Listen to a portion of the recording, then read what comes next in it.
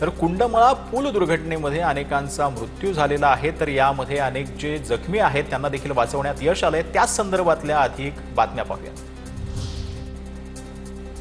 कुंडमळा पूल दुर्घटनेतील पीडितांच्या कुटुंबियांचा टाहो पाहायला मिळतोय। आपल्या प्रियजनांबाबत माहिती मिळवण्यासाठी नातेवाईक जे आहेत ते प्रयत्न सुरू आहेत, त्यांचे प्रशासनाकडून सहकार्य होत नसल्याने काहींचा संताप पाहायला मिळतो। इंद्रायणी नदीवरील जीर्ण पादचारी पुलावरील दुर्घटना अतिशय खेदजनक आहे। पर्यटन विभागाने आणि जिल्हा प्रशासनाने सर्व पर्यटन स्थळांबाबत अधिक जागृत राहणं गरजेचं असल्याचं शरद पवारांनी आवाहन केलं। इंद्रायणी नदीवरील पूल कोसळल्याच्या दुर्घटनेने अतिशय दुःख झालं। या घटनेमध्ये आप्तस्वकीयांना गमावलेल्या कुटुंबियांप्रती माझ्या शोक संवेदना आहेत। कुंडमळा दुर्घटनेवरती गृहमंत्री अमित शहांकडून शोक व्यक्त करण्यात आला। कुंडमळ्यातील घटना जी आहे ती दुर्दैवी आहे। स्थानिक नागरिक आणि प्रशासनाकडून तातडीचं बचाव कार्य सुरू आहे। दुर्घटनेच्या कारणांची चौकशी करून कठोर जी कारवाई आहे ती करणार आहोत, उपमुख्यमंत्री अजित पवारांची ट्विट करत माहिती।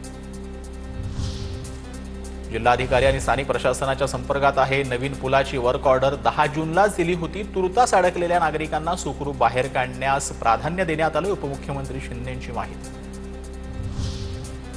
प्रशासनाने निर्बंध घालून दिले आहेत। त्या पादचारी पुलावरून स्थानिकांनी ट्रू व्हीलर घालणं टाळलं असतं तर ही दुर्घटना टळली असती। कुंडमळा दुर्घटनेवरती स्थानिक आमदार सुनील शेळके यांची प्रतिक्रिया।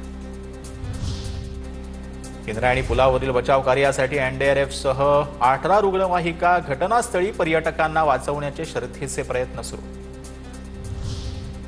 कुंडमळा पुलावरती 50हून अधिक पर्यटक उभे असताना मोठी दुर्घटना। दरम्यान दुचाकीमुळे पुलावर ओव्हरवेटनं पूल कोसळल्याची माहिती।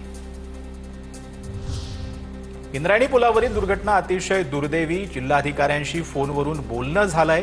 त्या आवश्यक ती सर्व मदत पाठवत आहेत। पावसाळ्यामध्ये पर्यटनासाठी जाताना नागरिकांनी काळजी घ्यावी, सुप्रिया सुळेंचं आवाहन।